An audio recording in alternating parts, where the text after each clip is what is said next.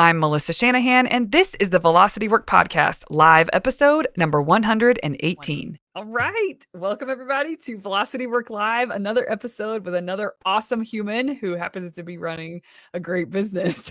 So today I have Melanie Leonard of Streamlined.legal. Do you say Streamlined Legal or Streamlined.legal? Either one works. I say Streamline Legal, but if you want to find us online, you're going to want to put that dot in there. Okay, perfect. Well, welcome to the show, and thanks so much for coming. Thank you. I'm super excited to be here.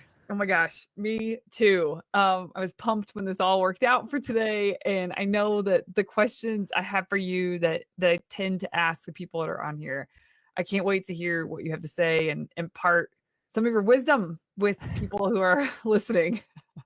My hard-earned wisdom after all these years of trying and trying and retrying and trying some more. Yes, totally. Excellent. Well, okay.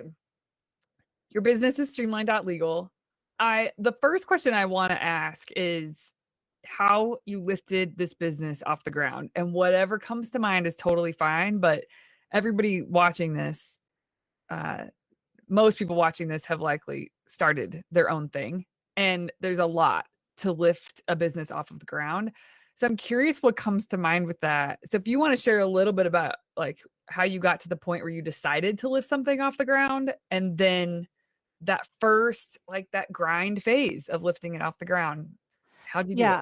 it? Mhm. So I actually have two stories to share there because this is my second business. So the first business I started was I started my own law firm. Mhm. And that really came about because I had, graduated law school, went to work at a couple different firms, and I really wasn't happy working in these small firms, and I actually got fired from my last law firm that I worked at. And it was a situation where, it came totally out of the blue, at least to me. And, I had reviews and they were fine. And, there were no complaints that I knew of. But then it got to a point where they're like, yeah, you're fired. And I felt so helpless. Like I felt like, well, there's nothing I can do. It's their business. They made this decision. What am I going to do? So I really just didn't ever want that feeling again. Mm. And so I thought, well, if I start my own business, then no one can fire me, you know? And I was definitely a bit naive at the time because I mean, I'd never started a business before. I didn't know anything about it.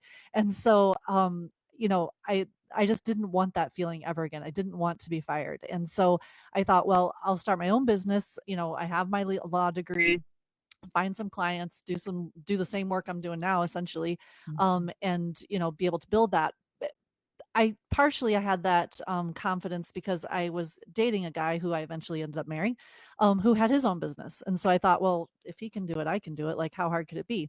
Little did I know, it is very hard. you Yeah. know, so I so anyway, so I decided to start my own business. I was doing residential real estate. I could do a flat fee. I didn't have to track hours and send out bills and all this craziness. So at the time, it worked out really, really well. And I really enjoyed that experience, but it was a lot at the very beginning. Thankfully at the time, I didn't have kids. I didn't have a mortgage. I didn't have all that stuff. Right. But, Mhm. it was a lot of grind. It was like, who can I talk to today? Where am I going to find this business now? When am I going to do the business when I'm trying to find the business and vice versa? So yeah, it was painful. Mhm. But again, I once I got a taste of that, like working for myself, now I could never go back because, now the idea of having to, check in with someone or, get to figure out what they want me to do and just it just would not go as well now. Mhm. So it's definitely something I got used to. But anyway, so after my law firm, I decided at a certain point I was really just getting burnt out of legal practice. And I enjoyed helping other attorneys build their businesses far more than I did building my own practice. And Mhm. so I got to a point there, same kind of like breaking point kind of thing where I was like, this isn't working. Like this isn't serving me anymore. This law firm is really just it felt like a big weight around my neck kind of thing. Mhm. And so I thought, well, what other skills do I have? What other things can I do? And so I decided to take what I had been doing just kind of on the side for fun with other attorneys and turn that into a business. And I think part of why it was made easier to do that was because I had that experience of starting my law firm, right? Mhm. So I felt like by that point, I had had that law firm for about 12, 13 years. I felt like, I had learned some stuff about how to run a business.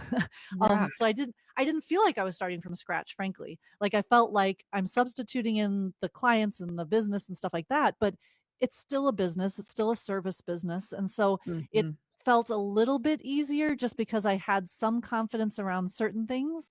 Mhm. But the reality is this business has grown far beyond and much larger than the law firm ever was. And so Mm. now I'm still continually having to learn learn new things and to be able to grow this business. But it definitely was easier at the beginning just because I felt like I had that experience before of having to start a business from total scratch.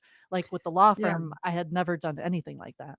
Yeah, that's such a good point. I didn't think about that before this conversation, that because I think it's an advantage if you've started your first already and then you decide to start something different. It's you just have an advantage over someone who's their first time. Like, you don't even know what you're getting yourself into when you start a business. You think you do, but you do Yeah. not. So Yeah. so No, and that I yeah. agree. I feel like the things that took me like 10 plus years with my law firm to figure out and put into place and start seeing some good results from, Mhm. like I feel like I duplicated all of that in about 18 months with this business, Yes. And it's Yes. like, okay, well I've got that. I can kind of fast track that part, right? And like Yeah. I said, I'm still growing and learning things as well, but at least I didn't have to redo it. Didn't take me 10 years to get to where I was before. It took about 18 months, which was nice. That's yeah. There's a reason, I don't know if you're familiar with this, and for listeners who may or may not be. In tech, my husband's in tech and has been for a long time. And one thing that I noticed and we talk about is that investors are quicker to invest in second time founders. Even if the first was a failure, they're Mhm. still quicker to invest in their second thing because now their experience is very, very different. They're entering a different game your second time around. So even funding comes easier if it's not just your first. Yeah, I didn't Um, know that, but I definitely agree with it. That's for sure. yeah, yeah, same. Now the and I don't know if other people know this or not. I had a business in 2008, 9, 10, 11, failed. Totally I just couldn't figure it out. I didn't it was too early. I didn't have the experience that I have now under my belt. Maybe it wouldn't have failed had I just kept slogging through to, like, get to a place to figure it out, but I decided to stop because it was like, "This isn't working, and I don't have the energy to keep doing this, and I don't really know what I'm doing. I'm trying, but I don't know." So anyway, many years pass, a lot more experience under my belt. Second time around, so much faster and easier than Yeah. before. Yeah, and I did struggle with that decision a bit because, of course, that was the first business I had ever built. It was before I had kids. Like I felt like it was Mhm, almost my child kind of thing. I had put a whole bunch of blood, sweat, and tears into that business, and so it was mhm, really hard to say, either I'm just going to shut it down or sell it or whatever I wanted to do. I ended up actually selling off a lot of the assets of the firm mm, so that another attorney bought it and has been able to take advantage of those, but which felt nice because then I felt like they kind of had a life that continued on without me. But mhm. frankly at the time I was really in a headspace where it was like I'm done, like Yeah. if I get some money for it that would be great. If someone else gets benefit from this stuff that's great, but I wasn't going to let it stop me. Like I had already Mhm. made up my mind, this is what I want to do and this is how I want to change things. So the sale for me was really just an added bonus or benefit. So good. Okay. So then when I ask you, which you kind of already said, I'm just gonna see if there's anything else that comes to mind. With Streamline Legal, when I asked you, like, how did you lift it off the ground? So you did it in a much smarter way, right? The second time around with the second business. So what stands out? Like what were some of the big levers that you pulled to lift it off the ground faster? I hired faster. Mhm. Oh my gosh, I You know, wondered if you were gonna talk about people. Yeah. oh my Yeah. gosh, yeah. There's that saying about, what is it? Hire slow, fire fast, or whatever it is.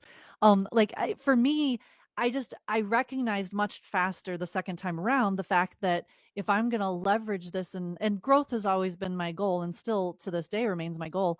Mhm. But with that goal in mind, I knew that I had to leverage other people's time and other things, or else, I'm only one person. I'm limited in my time of, I only have this many hours in a day and this much energy and Right. this much, money. And so I had to be able to leverage other people and other things. And so I definitely hired much faster, Mm. and have continued to hire at a faster pace than I ever did with my law firm, which has Mm. been fantastic.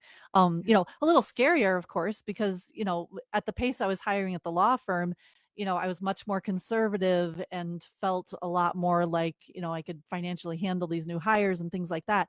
Now, it's not that now when I hire, I still consider all that stuff, of course, but I have more confidence in my plan, right? I'm like, okay, well, I'm hiring this person, which means I need to get this many more clients, which means I have Mhm. to have this much more in marketing and this much more in sales and all that.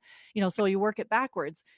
At the Yes. time in my law firm, I wasn't thinking that way. I just didn't know. Like, I wasn't taught to think Mhm. that way yet. And so I definitely was a lot more conservative and scared about putting out that financial, what I felt was an uncertainty of a new hire. Now I don't feel like it's quite as uncertain before, because I have this plan and because I'm evaluating these new hires in a different light, you know. Yeah. Um Yeah. Do so that's you been really helpful. I'm curious how you think about when you hire someone now, because that I totally agree. I think that's super smart that you reverse engineer from like it's an investment and you expect to get a Oh yeah. return on the investment. It's not like you're just throwing the money out to the ether, like hope this works out. Like that's not Yeah. how this works. And so you're very deliberate about the money that you spend and what you should expect to get back. And so what I'm curious in your mind, and it probably depends on the position, but how do you think about or approach the inevitable delay, right, on the maximum investment that's gonna come back just with onboarding and training and, like, Sure. how do you factor that in when you think about making a new hire? Is it like a 3-month before much? Like, tell me how you think about it. Yeah, for me, 3 months is way too long. Like, Okay. Yeah. I honestly don't have that much saved up in some, savings account or whatever investment account that I can put into that much time. Right. So a couple of things that I think about is, number 1, I prefer to hire people that have experience, Mhm. and I know that's not always possible. One thing I think about when I talk to people about hiring is, now our business now is all virtual. Oop, Mhm. sorry. Our business is all virtual. Nobody's in the same state even, and Mhm. so we have 7 team members. They're all in different states, 2 are in a different country. And Mhm. so, that really opens up your talent pool, right? When Yes. you're looking to hire. So I don't have to just find someone that can drive into the office every day. I can search across the whole country, frankly, across the world if I wanted to. So that makes it a lot easier to find those experienced people that I want and want to be able to hire. So Mhm. definitely I prefer to hire for experience. Mhm. Um, I also I think the more that you have documented in systems, Mhm. and the easier that training is going to be, right? Mhm. So if I just sit someone down and I have to spend, a week going through, this is how we use this software and this is how we use that software, and or maybe it's not me, but anybody that has to sit down and teach them to do that, that's going to take a fair amount of time. Mhm. So the more that we can document, whether it's a piece of paper or it's a digital file or a video, I love videos with the screen shares and stuff so they can actually see us walking through things. The more we can document in that way, the much faster the training's going to be, because I've already Mhm. got it all prepared, and the more self-directed it can be, right? If I Mhm. hire someone who's a self-starter and, wants to be successful here, they can go on and start all of that on their own. Now, Mhm. that's not to say it's going to be a total hands-off training. I mean, I'm still going to go in and help direct them and talk to them about certain areas and things. But the basics, they can get all done on their own. And Yeah. so I think that's a huge thing that we think about, and frankly, even if I'm not hiring, I still want to document all those systems, because there will be a day I anticipate when I am going to be hiring more. Mhm. And so we try to document as much as possible and build that in a way that, you know that's going to be very easy for a new person to jump into. Yeah. So that makes a huge difference, I think. Yeah. Cool. That's great. Yeah, I love hearing about how you approach it, how you think about it. That's really great. Okay, I would love to know, can you think of a time when in this business when you had a plan to go from A to B, and this could be like a project that's to completion, it could be a goal that you're trying to hit, but you had planned out how to get to A to B, and you thought like this is exactly how we're going to do it, and you were wrong. Mhm. Yeah. Okay. So that's a I mean, I have a couple, but I'll share this one. So I I noticed pretty early on, and probably even before I started the business, frankly, that there was a real need for law firm owners to have like a dashboard, right? Like some type of something that was giving them key metrics that was going to help them to run their business. And so I didn't feel like there was a really good product out there. Like a lot of practice management software has their own built-in dashboards. Maybe your financial software has some dashboarding, which is great. But I felt like really combining the information from the two would give you like pretty much everything you needed to know about your business. So I was very, very excited to build something like that or find something like that. And so I didn't find anything. So I thought, that's fine. I'm just going to build it. Right. And so I started down that path and I started looking at, people to hire and what I wanted it to look like and all this kind of stuff and spent a fair amount of time and energy on it, and money as well. And it got to a point where I realized that as great of a product as I think this would be, and I still think it would be great, um, it was really starting to draw the focus away from my main business, right? And the consulting and training and stuff that we do at Streamline Legal. And so I got to a point where I thought, and it's not that the plan was bad. Like the plan to build it actually, I think is still very good. Um, but what I didn't anticipate was how that plan was going to fit in or affect the rest of my business. And Mhm. so, because I just thought of the end, I thought of I'll have this great product to offer my current clients and new clients, and won't it be a great benefit? And I still think it would be. But what I underestimated or didn't give enough attention to was how that process of building it and creating it was going to affect my current business or the current business Mhm. that we had going on. And Mhm. so I did make that decision probably 4 or so months into it that this isn't going to work. And Mm. I think it was really hard because I was super excited about it, but I did feel like, you know what, just because it's not working now doesn't mean it will never be a good idea, right? Like, so I took a step back from that project and I was like, we're going to put this on hold, right? Like we can keep the stuff we already have and maybe we'll use it again in the future, but like we need to stop this, refocus on the main business. And when that gets to a point where it doesn't need as much attention from me, that's when I'll jump over and focus on this new idea. Mm. So like I said, it's not that the plan was bad necessarily, and I still have it around and I still would love to pick up on it someday when the timing is right.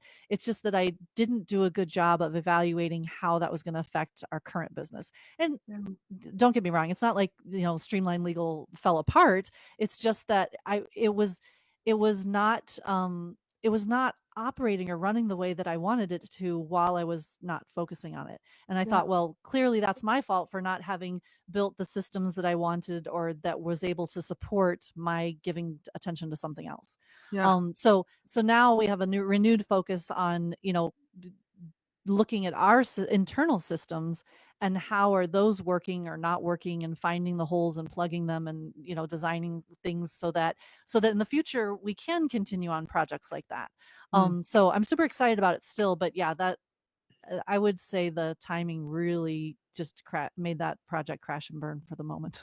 Yeah. Yeah. Okay. That's yeah. You had a couple, do you have another example in your mind too? Because that's such a good example. If you um don't, that's okay. But you mentioned you have a couple. I'm open to it if you want to share. yeah, um I would say, right, my biggest challenge right now that I'm struggling with or is really just, um I like to market on social media. And so I'll do videos and I'll do posts and all kinds of stuff, and I really enjoy it. Like I enjoy making the videos and it's a lot of fun. Um but again, if I'm looking at where my time and attention is spent on the Yeah. business, Mhm. um I've been doing a very poor job as of late, like the last maybe 2 months, 3 months, of being consistent with that social media. And so Mm, now it's like, when I think about it or when I get to it, then I put something up. But mm, I know from my own experience, that the more consistent that social media work is, the more it's going to pay off, right? mhm. And it's very cyclical. So like you can almost get away with it for a little while, right? And then it comes back in whatever your cycle is, whether it's monthly or yearly or whatever, Mhm. it comes back and pretty soon it catches up to you and it's like, wait, where are all those leads that I was getting before, right? Well, Right, you're not doing the right, social media anymore and so they're not, you're not top of mind. And right.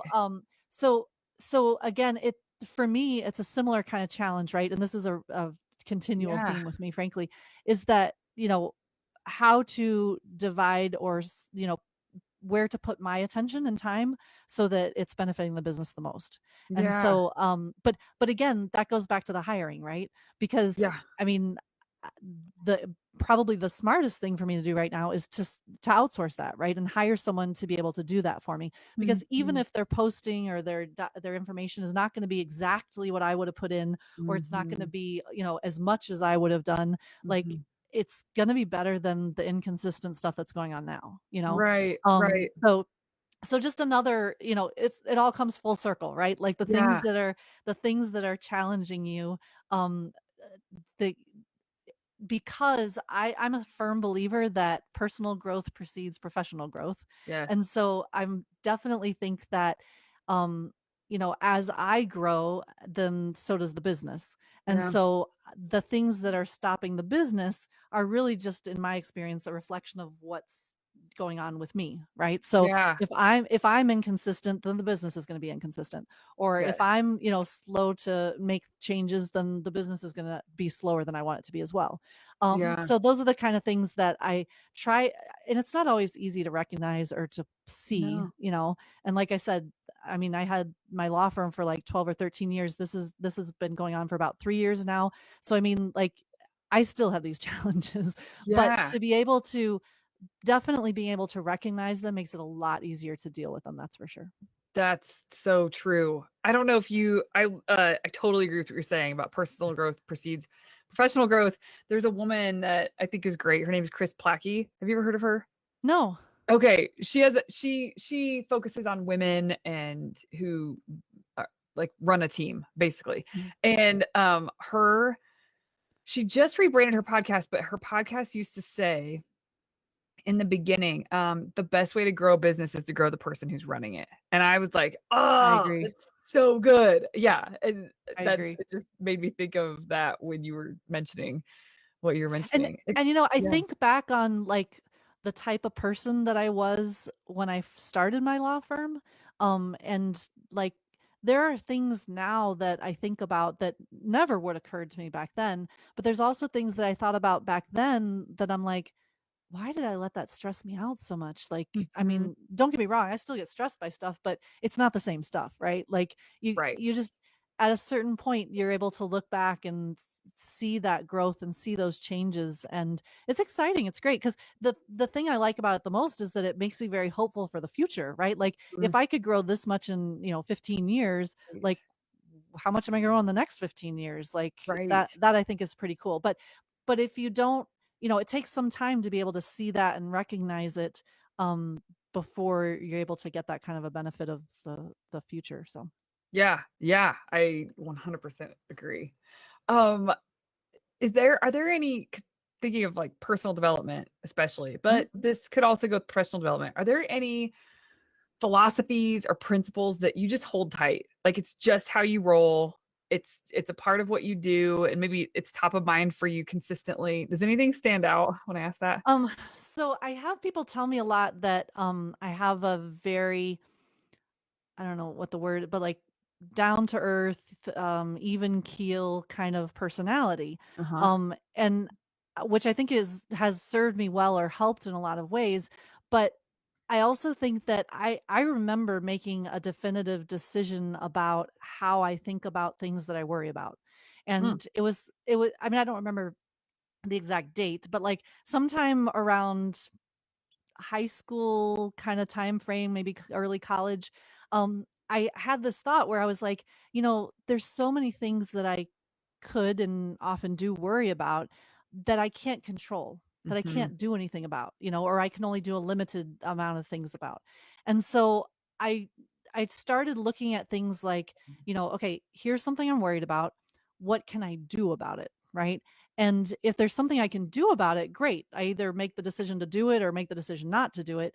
But I'm not going to spend all that extra time worrying about it because, as I tell my son now, like, worrying about it just makes you suffer twice, right? Like, first you suffer through the worrying about it, and then you suffer through whatever the thing is, if in fact it turns out to be bad. But um, you know, we there's just I feel like a lot of times we worry or stress ourselves out about things that we can't we can't make a difference in. And so we just need to think more about how we can respond to them as opposed to, because that we can control, right? Like if something goes bad in my business, the pandemic, for example, that's an awesome example, right?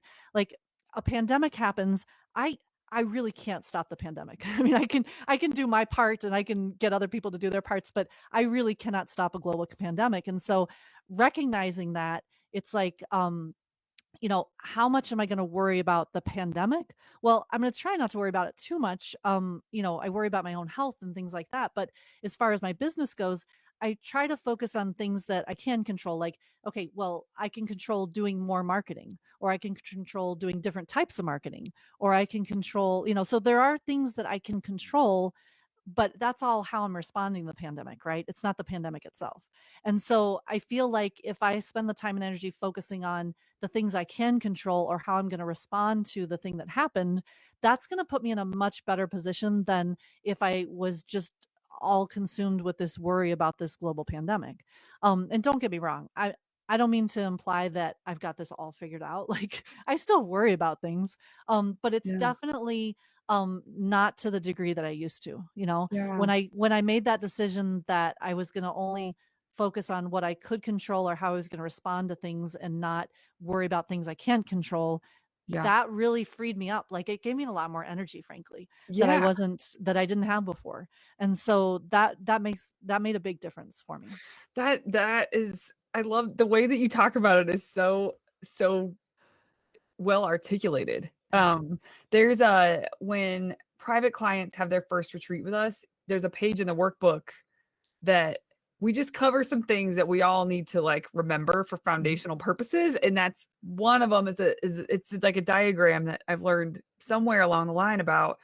There's a bubble, and like inside the bubble are the things you can control, which is very Mhm. little, like your Mhm. attitude, your perspective, your schedule. There's things that you can control, but then outside of it, there's all these things you can't control. And so we call it staying in your bubble.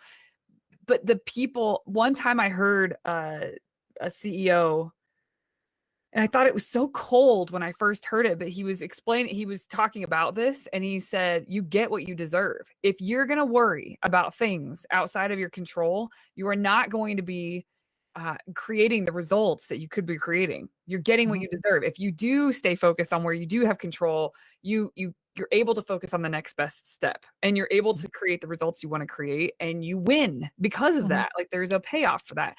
And so he Yeah. was talking about how you get what you deserve with that one thing. Are you thinking about things you can't control, or are you thinking about things that you can And control? and at the beginning, like when you first start thinking about that, it's really hard to figure out what's in the bubble and what's not, Mm. because you have this perception almost that, well, isn't a lot of stuff's in the bubble, right? Like There's that's what you not. think Yeah. initially. And then like you said, in reality, the bubble's really small. Like I Mhm. wouldn't even put my kids in that bubble, frankly, because Right.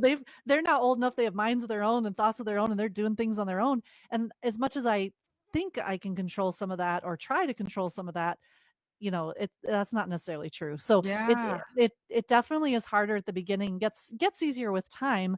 But Mhm. even to this day, there are things where I'm like, wait a minute, Mhm. is that really in my control or not? And so, Right. there's still things that I find are kind of on the edge. But yeah, the easier it is to identify those things, then you can make those decisions a little bit easier. Yeah, yeah. Because at the core, it's even the things that are on the edge. I love this concept, just thinking about it, because you do have control over your attitude, your Mhm. perspective, your actions. Mhm. And so knowing that, even the things that are on the fringe, you're like, do I have control? You do have control how you react to those things. Oh Like you yeah. do like, and if you do that in a way that you're proud of, like there's integrity with like how you're Mhm. doing it, even though that takes guts, I think sometimes to Oh do that, yeah. then you are exercising control where you have it. Where, if you don't there's something you think you should do, but you don't really have the guts to do it, then it's out of integrity, really. It is. And then you're not exercising control. And so then the worry keeps spinning because you're not actually doing or showing up how you could show up. Right. Right. It's sort of vague how we're talking about it, but I think it's such a great thing to keep in mind. And I think law firm owners have so much of this that as a business owner, but I would argue that maybe more than many business owners, different types of business owners, Mhm. there's so many things that are constantly spinning at one time. Mhm. Clients, their matters, your team, like you name it, right? And Right. figuring out how to stay focused on where you have control can be very simplifying to how you operate. And otherwise, it just feels like you're a hot mess trying to do everything, trying to control everything, and Oh that's it. yeah. And And yeah, where I see that a lot is, I see a lot of attorneys that think that or feel like they can or should be able to control their clients. yeah. And I'm like, that's going to kill you every time Mhm. because you can't. You cannot control what they're going to do, say, act. You can't control any of And that. if you can't control your freaking kid, you can't control a client. No, forget that. Yeah, like it's So now I it's don't no want to give you the other. impression that my kids are like way crazy and out of control. But No, but it's no, true but that like anyone, if there's somebody else's name is in your bubble, it needs to right. get like you can't control another human. Yeah. So yeah. Yeah, Mhm. it's I see that all the time, and I try to impart upon law firm owners in particular that, your clients made a ton of decisions before they got to you that got them to this point, right? And maybe they were good decisions, maybe they were bad decisions. Like, we're not here to pass judgment necessarily, but the idea is that you didn't cause, and I mean, maybe on a rare occasion, but most of the time you did not cause their situation that brought them to you. Mhm. And so you're doing, most cases, the best you can to be able to help them get out of that situation they don't want to be in anymore, Mhm. right? But you can't control the decisions that they made in the past or the decisions that they're going to make in the future. Mhm. The best you can do, like we talked about before, is how are you going to respond to it, right? Are you Right. going to continue to represent them? Are you not going to continue to represent them? Are you going to, give them other solutions, other alternatives? Mhm. So there's all kinds of ways that we can react as law firm owners to our clients. Mhm. But if you have the perception that you're able to control them or should be able to control them, that's a big one too. That's exhausting, thinking that, oh, So why is my client so crazy, I should be able to convince them, or I should be able to do this, that, or the other. No, you shouldn't. Like, right. it's not possible. Right. So I feel like, the sooner that you come to terms with the idea that you can't control your clients, you can control how you respond to them and make those decisions. Are we going to tolerate this in our business? Are we going to tolerate this from our clients? Figure that out on the front end so that when you're approached by a client like that, you don't have this like internal struggle with what to do. You already Mhm. decided at the onset, this is the situation, this is how we feel about it, and this person applies to this, so we're going to follow the procedure that we put in place prior to this. Mhm. So being able to think about that on the front end, how will you respond to clients that might behave in different ways, Mhm. I think can be very, very useful. Yeah, that's so good. Have you ever heard of an author named Byron Katie? That No, sounds familiar? I gotta Okay. write all these people down. Let's Jeez. see. Well, she wrote a book called Loving What Is. And so in there, like at the very beginning, she opens up the book with there's three kinds of business. There's your business, there's my business, and there's God's business. That's the way she frames it. And she says, your business is you, the decisions that you make, like your bubble, right? The Right. things in your bubble. My business is me, the decisions I make, the actions I take, my attitude, my perspective. God's business is like floods, war, when you're going to die, all that stuff. And so she basically talks about we live so much of our lives in someone else's business. And if we would just bring it back to our own business, there'd be so much more peace and clarity. And this is exactly Mhm. what you're saying about take control over where you have control instead of trying to mentally argue with someone else's business. Like, Yeah. and or God's business, right? Like Right. floods, war, pandemics, things like that. Mhm. So it also makes me think of that, just that separation of like, oh, okay, there's two other kinds of business that I probably insert myself into mentally, kind of arguing with it or struggling with it. And how the hardest part probably I would imagine for me it is, and I wonder what you would say is when you realize, because it's an awareness, when you realize like, oh, do I have control over this thing? Like, what am I Mhm. doing? I'm mentally stressing out about something I literally have no control over. And that is, I think the hardest part is to drop, like mentally drop that and refocus. Cause it's Oh, almost yeah. like a hook, you know, you get stuck in about X, Y, or Z, and it's not in your bubble, so to speak. And to be able to set that down and refocus, you have to have awareness to be able to do it. But even doing that is hard, even if you do have the awareness. I don't Absolutely. And one of the things I think, or one of the places I think that that's the hardest is when we're talking about like good or close friends Mhm. or family members where it's like, you know, you first of all, it's hard to recognize that it's their business, right? Right. But even once you do recognize it, like it just even if you recognize that, hey, this is not a good situation, or this is not serving me, or this is not, whatever the situation is, even once you recognize it, it's really hard to either, cut that off, or, however you're going to deal with, however you're going to respond to it, right? Mhm. It's even when you know what you want your response to be or should be or whatever, actually carrying out that response can be super hard. And Um, genuinely carrying it out, right? Like, I could oh think of yeah. times where I know I shouldn't have an opinion, or I know I shouldn't have it, so then I'm that's when your face doesn't match your body language, Yeah. or your words don't match your body language, where you're trying to do the right thing, and really you're just a balled up tense of yarn, like Exactly, exactly. Because yeah, I mean, if we could really like draw it all out and just be like, okay, this is not my business. This is like, if it was really that easy, we wouldn't have as much to talk about. But the Mhm. reality is that even once you do recognize it, it's still super hard. Yeah. But yeah, recognizing it does definitely put you on the path to making it a little bit easier. Yeah, yeah, definitely.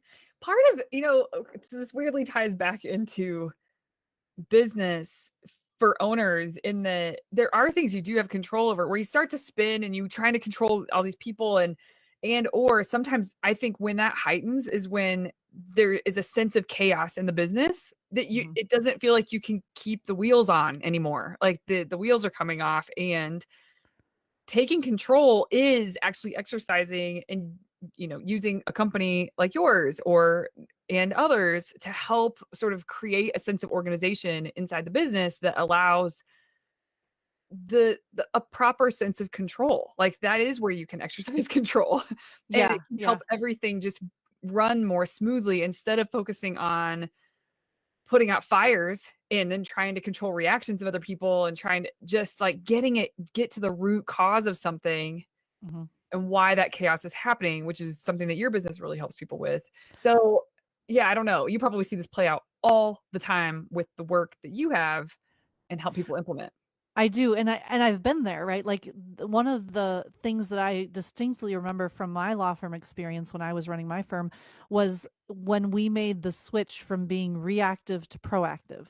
And I use the word switch because it was a big change, but it wasn't like a light switch. Like it wasn't like just one day we were proactive, the day before we're reactive, now we're proactive. But it was more a gradual thing, but definitely making that switch had a huge impact on not just the business but our clients as well, because Mhm.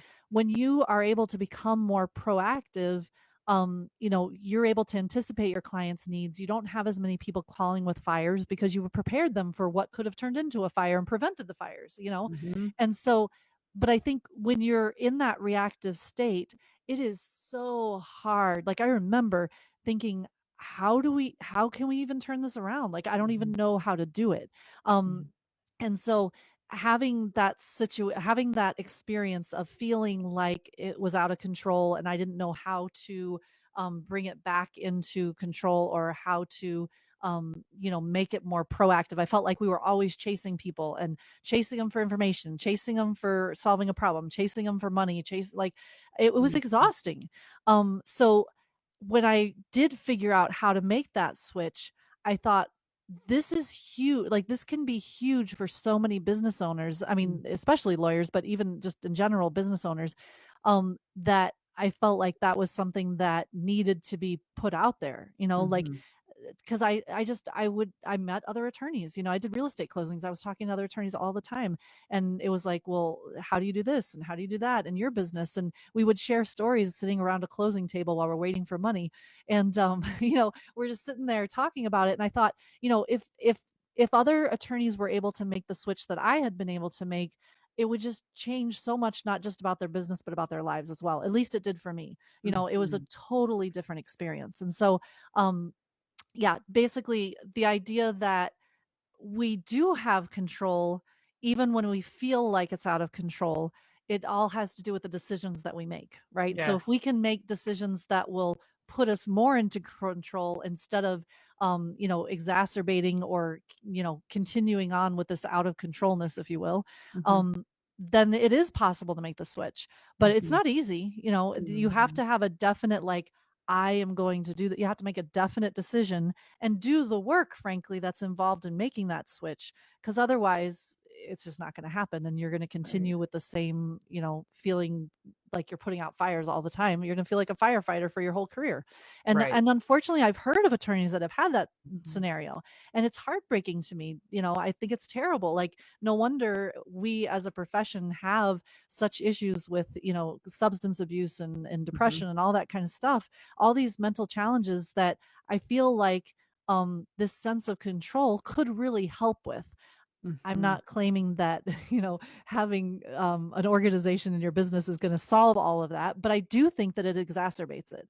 And I Yeah. do think that the more like you feel like you're in control and in reality you are in control, then that makes a huge difference, not only on the business, but your own mental well being as well. Yes, definitely. Just peace of mind that, like, you Absolutely. don't have to keep it all up in here because you've gotten some things organized and Hmm.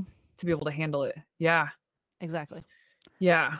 That's very, very true. And it does We it we actually have an email address at our office called peaceofmind@streamline.legal. oh, So if you're wow. looking for peace of mind, feel free to email us. But That's it's so that great. that's exactly what I was thinking when I created that. It was like, Mhm. I want to make sure that people understand that we're not just doing this because, it looks good on software, it looks good to, investors or whatever. Those are great things, Mhm. but I want to make sure we're doing this so that the owner or the people that are, running this firm, have a certain peace of mind and are not only able to build a business, but enjoy building the business. Mhm. Like, if you're so miserable, running this law firm, then that's not going to be good for anyone, frankly. Right. Yeah.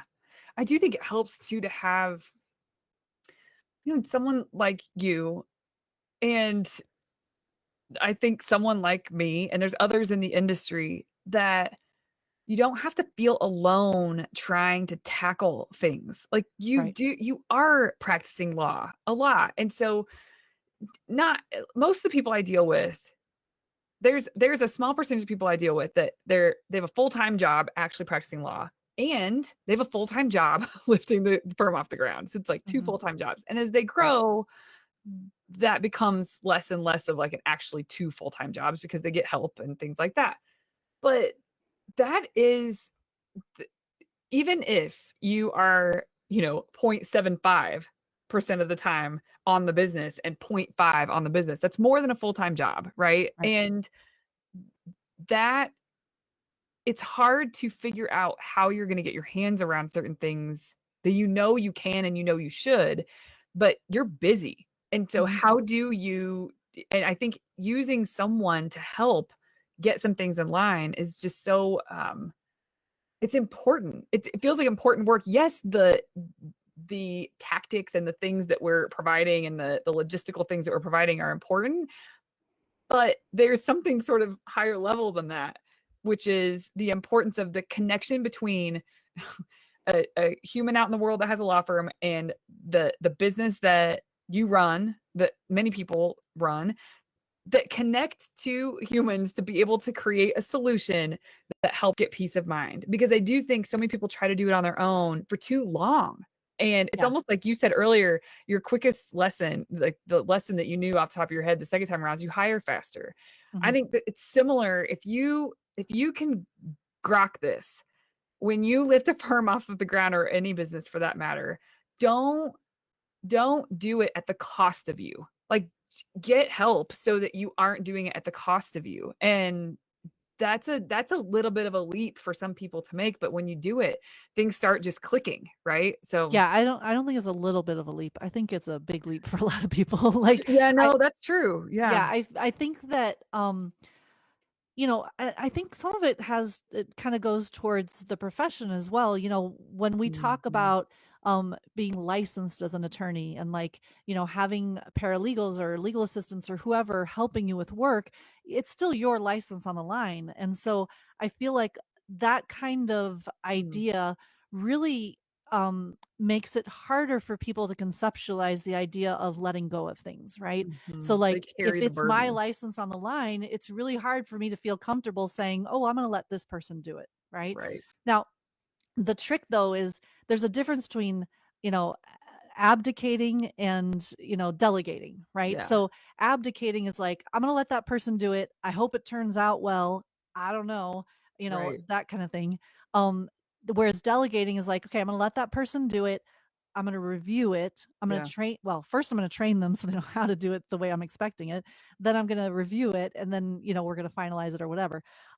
But the idea that, that we can't let things go, that's where I think we get into a lot of trouble. Mhm. And if for whatever reason you're not willing to or not able to let go of some stuff, then it's going to make your life so much harder. Mhm. And I think that's something that a lot of attorneys struggle with, and that's something that makes it much harder for them to feel like, put the financial concerns aside, like, let's say I have enough money to hire someone, but I mean, maybe I see too. People will hire someone, but then they still have trouble letting go of Mhm. things and responsibilities. And so that person's sitting there like, well, I could really help them a lot more if they would just share this document with me, or if they would just show me how to do this, or if they would just, that kind of thing. So I think that there's a lot of factors, obviously, but one of those is just the idea that if you're not able for whatever reason to let go of some of this stuff,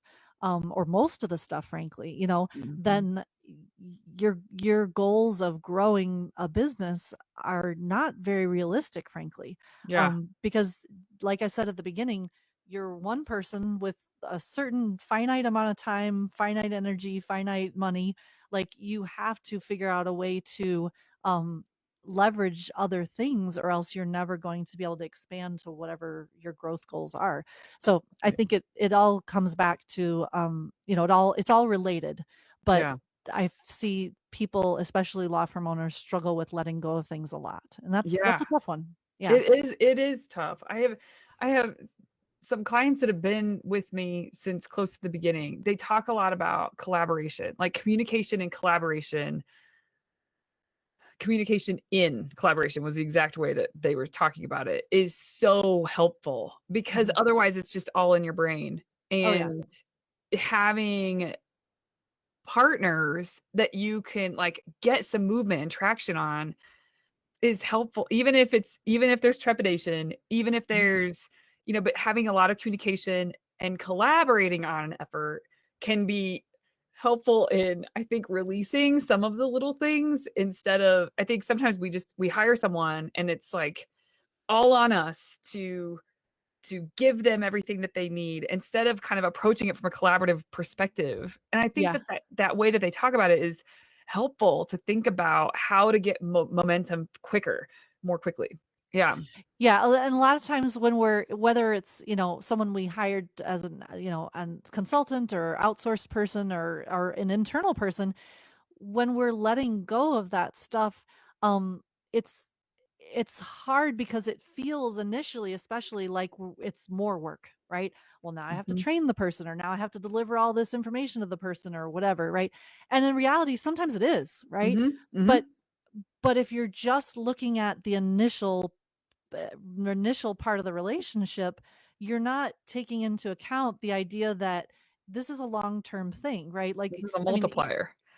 Yeah. yeah, exactly. Like yes, put in the, 15, 20 minutes, hours, whatever it is of work now, and it's going to save you 10 times in the next over the next 6 months, or whatever. Mhm. I have a great like on point example for that. When I had my law firm, I knew that there was software out there that did document automation. I frankly even had some of the software that I had never used. And so I finally got to a point where I was like, every time I would, prepare, I did closings for real estate. So I'd prepare a deed or whatever document for transfer. And every time I would do it, I would think, ooh, I should use that software. But of course, I hadn't set it up or anything. Right. And so, and every time, and now finally it's like the 10th time. And I'm like, I really should still use that software that I'm paying for, by the way, right? Yeah. And so I get to that place, and then one day I just made a decision. I was like, you know what? Forget it. The time I would have spent preparing that document, I'm going to instead spend setting up the software. And yes, it's going to take me a little more time, right? Mhm. But I'm going to do that instead, spend a little extra time doing that. And now for the next however long, I'm going to get benefit from this template that I'm building, right? So I did that, and I I did it with one document, and it felt so good that now I was like addicted, right? Now I'm like, "Ooh, what else can I put in here?" Right? And so I made a decision, and really it was an internal decision. I'm like, I'm never drafting another document again unless I'm making it a template, right? So Mhm. I will draft a template, but I'm not drafting a letter, or I'm not drafting a deed or whatever, so it came up on my list that I needed to create this letter, and I was like, nope, not doing it. I'm making a template for a letter. I'm not Yeah. writing the letter, because once Yeah. I had the template, it took about 4 seconds to write the actual letter, right? Right. So that's those kind of things where if I had continued that thinking all along, I would have been, 13 years into a law firm that never did an automated document. Mhm. Whereas if I bite the bullet up front and I do the extra work up front, now the time that it saved me over the course. I mean, I had closing documents that would take me 45 minutes to prepare every time. No, Mm. like I would time myself 45 minutes every time. I put it in the software, it was like maximum 10 minutes. Hmm. And I'm like, that's 3,500, I mean, sorry, 35 minutes per closing that I was saving. I mean, if that's just for one set of documents, if you multiply that across the whole office, it's things like Mhm. that where you have to flip your mindset about it, or else you're just going to be stuck in that situation for a very long time. I love cold hard decisions. Like I think they're it's the fastest way to make progress is if you just make a freaking decision. And for you, And that was one where it's like, I'm never drafting a document again. I will draft it, I will do the template, but I won't. That's a yeah, good and cold decision. people Yeah, freak hard out because decision. they're like, how can you make a decision like that, or how can you make a decision so fast? And like, you know what, if it doesn't work, like, I mean, I could have been the worst template builder and whatever, the whole thing could have failed. Like, at least I'll know, right? And I can make Mhm. another decision. Most of the decisions we make are not going to drive your business into the ground within Mhm. the next week. Mhm. You have some time to see how that decision plays out and learn from it, hopefully. Mhm. But if you're watching and tracking that kind of stuff and looking at your decisions, how did it play out? Mhm. You can always go back and make the other decision later, right? Like, it's not Mhm. like I made it now and there's no chance for me to turn around, right? Right. No, I decided I was going to code my own templates. Was that the right decision? I don't know. Like, it worked for me, but 6 months into it, I could have decided, you know what, this is stupid. I should hire someone else. It'll go a lot faster, right? Yes. That doesn't mean Yes. I can never hire someone. Like, so I just think that people kind of a lot of times people will put this finality to decisions, which isn't necessarily even there, right? Like, Mm-mm. I can Yeah. make the decision, I can play it out for a few months, I can go back and make the other decision, play it out for a few months, and still change things around. It's What's crazy about what you just said is that they are not also giving equal airtime mentally to the finality of not making a decision. That is oh so yeah, crazy. Like it's I almost agree. like there's the fear just keeps them focused on like what if it doesn't work, the finality of like maybe it doesn't Mhm. go with as they want it to, what if for all the negative reasons. And then, but there's never any airtime given to, unless it seems like when your back is against a wall, then sometimes it's like, boom, you just have this Right. moment where you're like, no more. I'm not doing this anymore. But But on the most of the time front end, it's not, right? Like, yeah, most of the time it's a, "Hey, I could continue to just put off this decision and not have to think about it." And then we think, "Well, it feels good." Like, I don't get me wrong, I still have this on occasion where it's like, "Okay, well, let me think about that later. Let me think about that later," right? yeah, And I think that I'm putting the decision off, but in reality, you're I'm making a making a decision. decision by not making a decision, right? Exactly. So yeah, that's a really hard thing to recognize as well, Yeah, because if it like I said, it oftentimes feels better to just say, "I'm gonna worry about that later. I'm gonna think about that later. I'll right. make a decision later." But the reality is by doing that, you're already making a decision. Yeah, And exactly. that's And hard there's a to finality there that's like, if you wanna like, if you think there might be a finality here, well, look at what the finality that you're creating right. by putting it off, which Yeah. is making a decision. Yeah. Yeah. It's so, so good. Yeah. I hope people are hearing this. We all need this, right? Like, We it's a do. good refresher reminder for us and for all the listeners. Like, it pains me when I see people put decisions off. Like, why? Just Mhm. make a call and go all in with whatever you decide. It doesn't matter for like if it's, a yes to an offer that's been made to you or a no, but like Mhm. have your own back. Make a call and just move on instead of having all these like this unfinished business off to the side. Yeah, That's it it's yeah. and I think it's hard sometimes to realize too that once you make that decision, like there is a sense of relief that comes along with that, right? And frankly, whether it was the right or wrong decision, it's like, Yeah. okay, I'm committing to this for maybe it's not even the rest of my life, maybe it's just a period of time, Mhm. I'm committing to this for 3 months and then I'll make the decision again. Yep. And guess what? If it was a good decision the first time around, I'm probably going to continue making that same decision, right? Yes. But if it was a bad decision, we see in 3 months that this was bad, then we should probably change and make the other decision.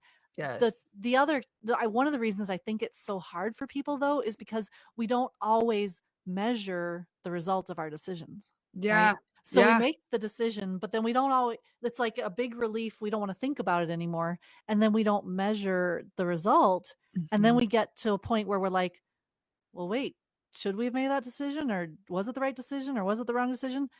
Well, if you're not measuring, you probably don't know, you know? Yeah. Yeah. And that's hard too. That's hard to go back and say, "Oh, if only we had measured that, then we Uh-huh. might be able to make another decision." But guess what? A lot of times you can still go back and measure it. So Yes. even if you're not currently measuring it, don't think that we can never measure it. It's gonna take a little more time and effort to go back and measure it. Right. Um but yeah, without that measurement, like our brain plays tricks on us, right? Like It's we sometimes yeah. we think that it was a good decision, but then we look at the hard numbers and we're like, "Oh, wait, that wasn't as good a decision as I thought it was." Yes, facts, not Um, feelings. It's good. mhm. Yeah, and I think, this makes me think of th the idea or the mindset of experimenting, right? So making a decision, it's an experiment that you're running, it's not a forever you're not married to your Yeah, decisions. It is yeah. just like you're saying yes, and I think having an experimental mindset keeps it a little lighter, a little more agile, like you're going for Mhm. something and you measure. Like, you don't do an experiment if you don't track, like, how it's going, right? Right. So there is this experimental mind play that you can bring to the decisions you're making, and then it lifts the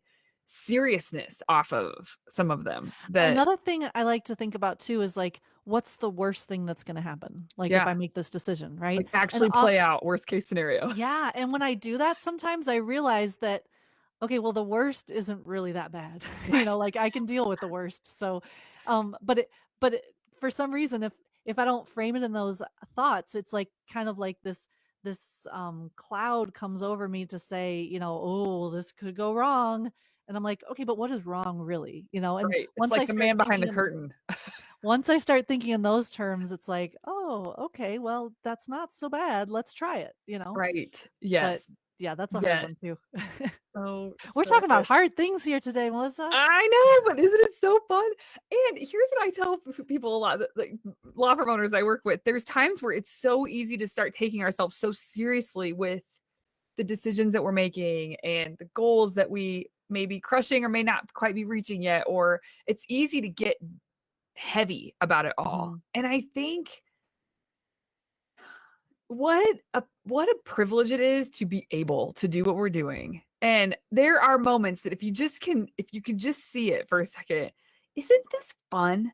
Like, it's a lot more fun than going to work for someone else who is doesn't have the same mindset as you, doesn't think the same way as you. I'm not saying that working for other people has to suck, but there's a reason that you start your own thing, right? Yeah. And you're in it. And this is like, sure, it's not a cakewalk, but like, how can we just like lighten up a little bit? Because I think we move faster when we're lighter, and the approach of it's Yeah. just interesting how And easy it is to get really heavy about the growth that's happening or not happening or whatever. I don't know.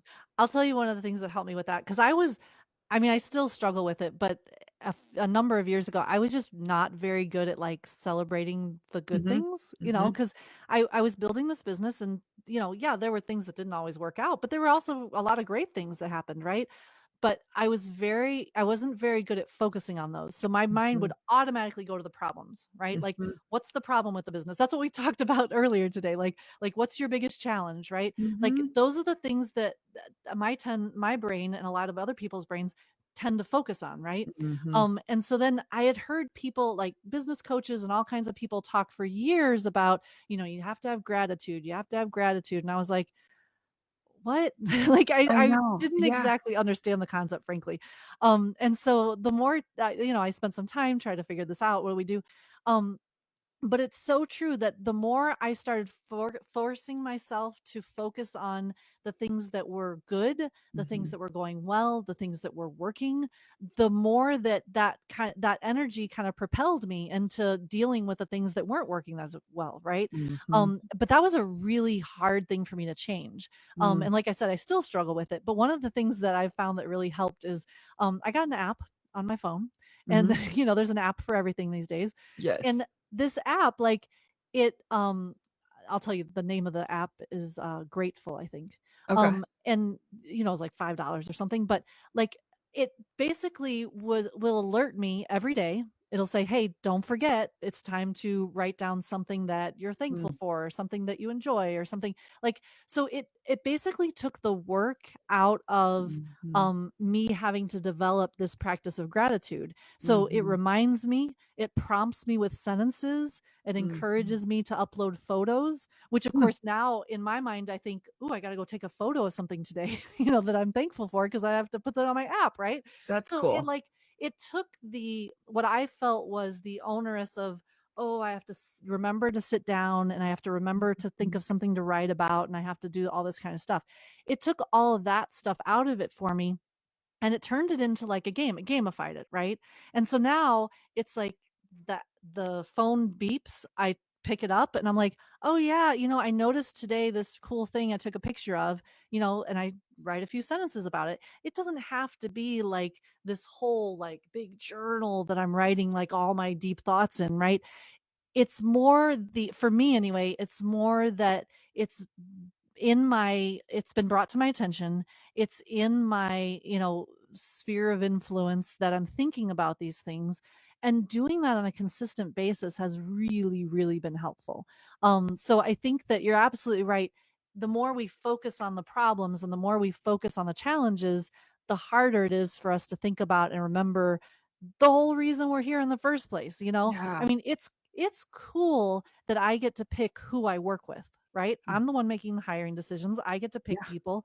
It's cool that I can, leave work for 2 hours during the day to go see my kids play, at school or Mhm. whatever. So it just the things that I really appreciate about it, I do have to like put those front and center somewhere in an app that dings, or, next to my desk or something, so that I remember those things, because it's so easy to not think about them on a daily basis and just really get pounded down by the things that are not working or the challenges that we have. Yeah. I love that. I had a similar to you. I'm a pretty positive person, but when it comes to my business, people would say, just so funny. I used to teach it because I had to teach it for the consulting firm I worked for. And then when I had my own business doing it, I was like, wait, what? Oh, yeah. Was about you should celebrate your wins. And, and then when it came time to celebrate my wins, even though I'm a pretty positive person, like your head's down, right? You're just like Oh, yeah. going, going, going. And I'm like, what am I supposed to do? Like, blow up. Like, how do you celebrate your win? Like, what does that look like? I had to figure that out. And And in my mind, when I think of celebration, like, I thought it had to be like a party. Like, "Oh, yes, we have to have a party every night," yes, or, "We have to go exactly. out to dinner Committing. every time," like, but It in the does, it's not reality, that. it doesn't have to be that No. big, you know? I was talking to a mentor of mine that, she we were talking about this and she was like, "Why are," and I really look up to this woman. And she was like, "Why are you in such a hurry?" Because we were talking about goals and what's happening, and there's a little bit of like stress about it, and like I got to get there. And she's like, "Why are you in such a hurry?" I was like, "I'm not in a hurry." She's like, "Yes, you are. Like you think there's something about you that you think there is better than here, and you're wrong." Because she's like exponential, like hugely grown her business. And she's like, "You're wrong." And you kind of listen when someone who has been there, done that is saying to you, "You're not right. You're like, it's not better there than here. Right here is where it's at, sister." And so, Mhm. like, get right about that. And that clicked for me in a way where it was like, oh, I don't have to celebrate, but I need to genuinely appreciate, like, acknowledge and appreciate right where I am right now. It's yes to Mhm. all of it. Like, all the stuff that's hard, all the wins that are being made, like, it's really having an appreciation for where you are. And if you really have an appreciation for where you are, you're not in a hurry to get somewhere else. It's just kind of, and for me, for some reason, there still is things that we celebrate, like if it's big milestones or Oh, sure. whatever. But now it's settled in where it's not celebration in the way that I've always thought about it before. But for me anyway, it is just pausing to say this, like, yes, yes to this. Like, Mhm. this is so awesome. And then, keep moving. But I don't know, that shifted things for me with the whole celebration thing. It did, and it continued, like, that's still something that I work on to this day, like, Yeah. how do I recognize it, and how do I, Yes. keep it in perspective, essentially? Yes, so true. Okay, well, another question that's down for me to ask people, because we did talk about challenges. What is something that's just so the most awesome thing, the thing that you're most excited about now within work? Honestly, I'm excited about my team. Like, Yeah. I love the people I work with. Like, and Yeah. I can't say that I've always felt that way. Uh-huh.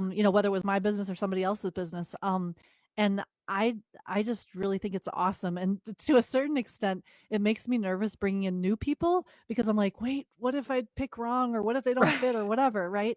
And but then I have to go back to my same things we were talking about, where it's Yeah. like this is not a forever decision. I had a business coach once that talked about, this person doesn't have to be on your bus for the entire ride, right? Like Yeah. maybe they get on at one stop and they get off at the next stop, or whatever. Right. And obviously people decisions can be really hard. I mean, I don't want to hire someone and fire them the next week, but at the same time, it's like this is not a forever decision. This is what's going to help us grow the business today, Mm. and how long is that going to work out. And at a certain point I may need different people or additional people or whatever to be able to build the business. But I'm super excited about the idea that we could find more people like the Mhm. people I already have, and wouldn't that be an even more awesome team? And so yeah, Right. I'm really really excited about the people that we have right now, and the prospect of just continuing that growth, and building a culture, frankly, that supports that and attracts that, right? Yeah. Like, that's very exciting to me. And I never really got to the point with my law firm where I felt like I was building a culture. I mean, I may have been a little bit by default, but it was not at all intentional. And so Mhm. being able to have that experience with this business is super exciting to me. Mhm. That is one thing I was thinking earlier when we were talking about what you can control and what you can't control. In my head, as an owner, culture. You Mhm. do have control of that. Like, you set the tone, right? Yep. And you get to decide who's if someone is poisoning your culture, you have the call to Yeah. make. Right. Yeah, so that's cool to think And about. again, not that it's an easy call, but Mm-mm.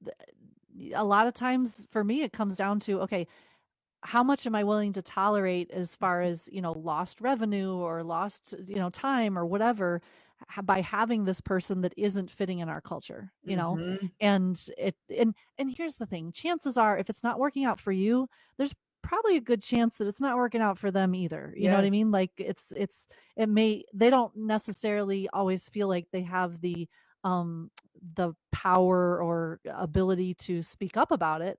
Yeah. But I find that a lot of times if it's not working on your end, there's a good chance it's not working great on their end either. Yeah. Yeah. I agree. Yes. Do What would you say, like, as we start to wind down with the questions, what would you say when you look back to you starting your law firm? So back when you were lifting your firm off the ground, what advice would you give yourself that, I mean, you mentioned hire faster. Is there Yeah. anything else that stands out that you would say, like, Melanie, listen? Um, I I think I would probably try to convince myself that I could let go of more things than I did. You Mm, know, like I remember hiring my first employee and, you know, I didn't even know what to do with her, frankly. Like, I was like, mhm. "Well, what do you do?" You know, and at the time, I hired someone that didn't have a lot of experience either, and so it was kinda like she didn't know what to do either, and so I was a very bad leader at that point in my career, and she was you know, she didn't have enough information or knowledge to be able to, you know, point me in the right direction, so we were kinda I felt like we were a little bit like the blind leading the blind there. Yeah. So Yeah. definitely, I think, um if I had had the foresight or the knowledge to, you know, think through the things that I was doing, and I mean, it can be as easy as like just make a list of everything you do, you know, Mhm. and check off what are the things that require a license, what are the things Mhm. that require, you know, experience, what are the things, and chances are there's things on there that don't require either, frankly. Mhm. And so being able to just have the forethought to think those things through instead of trying to figure them out as you go, I think would have been a lot easier. So being able to focus on what can I let go of, or what is going to be easier for me to let go of than other things, and kind of prioritizing those things. I mean, even to this day, I do that. Like, I Mm, still make a list of everything I'm doing, and I'm like, wait, why am I doing this? Why don't I have this person do that? You mhm. know, and that still, I think, serves me well and would have served me well back then as well. Yeah. That's so, so good. Well, okay, maybe tell everybody a little bit, like, how can they find you? What solutions do you have for them, and how could they work with you? Sure. Yeah. So, Streamline Legal helps law firms get the most out of their practice management software. So, we help firms by helping them design procedures, building it out in the software, training their team on how to use it. And it's just been a great experience for us. It's as far as where to find us, we're online at streamline.legal. Mhm, And we also are on social media everywhere. Search for Streamline Legal. mhm, Feel free to reach out to us on Facebook, phone, email, whatever is easiest for you. But yeah, it's been a really great experience to see these firms be able to, you know, basically take things that they were already doing, just not consistently or not regularly, and, you know, be able to help them build a process that really smooths out their workflow and mhm, actually buys them time to focus on other things, whether it's mm, building the business or their personal lives or whatever. mhm. But that's really the result of the work that we're doing, and we're super excited to be doing it. That's so great. At the consulting firm I used to work, we I worked with dentists and doctors mostly, and so there was one of the trainings I would lead or go in and do was maximizing their software, basically. And it's unbelievable how it's similar in legal. I can feel it. I'm not an expert in legal software, and that's going to be somebody else's thing, but Sure. you. but but I r- j- it's the same in that you almost need a master's degree in the software to really fully be able to utilize it on your own, like build out all the capabilities and functionalities and all of that. It's there. And if you do spend time with it, you could do it, or you could like have somebody help show you how to get all this stuff in line and really utilize the software that you have. But it's such a waste if you don't utilize it because it's Exactly. most of the time there's so much power behind it that you are just letting sit there. And so it's And really paying nice for. and Yeah, and paying paying for. for. And Yeah. so it's nice to have someone be able to come in and show you. I mean, it'll change your life. Like, Oh yeah. I know It that did. from the doctor dentist world. It's the same with lawyers. It's the same with any industry. Like, Mhm. really using what you have and what you're paying for to its fullest functionality will change your world. Yeah. It did for me. I mean, that's exactly why I started this business, was because I had that life-changing experience, and I thought, I want to share this with everybody. Like I don't want to have to meet another attorney that just feels like bogged down by their business, and I want to be able to show them there is a better way. And Mhm. that's what we're doing. I'm excited. Yeah. So good. Thank you so much for being on today. I really Thank appreciate it. you. Oh my Thank gosh. you. I've had a blast. Yeah, me too. So until next time, we'll do this again. All Let's. right. Okay. Thank you so much. Bye, everybody. Goodbye.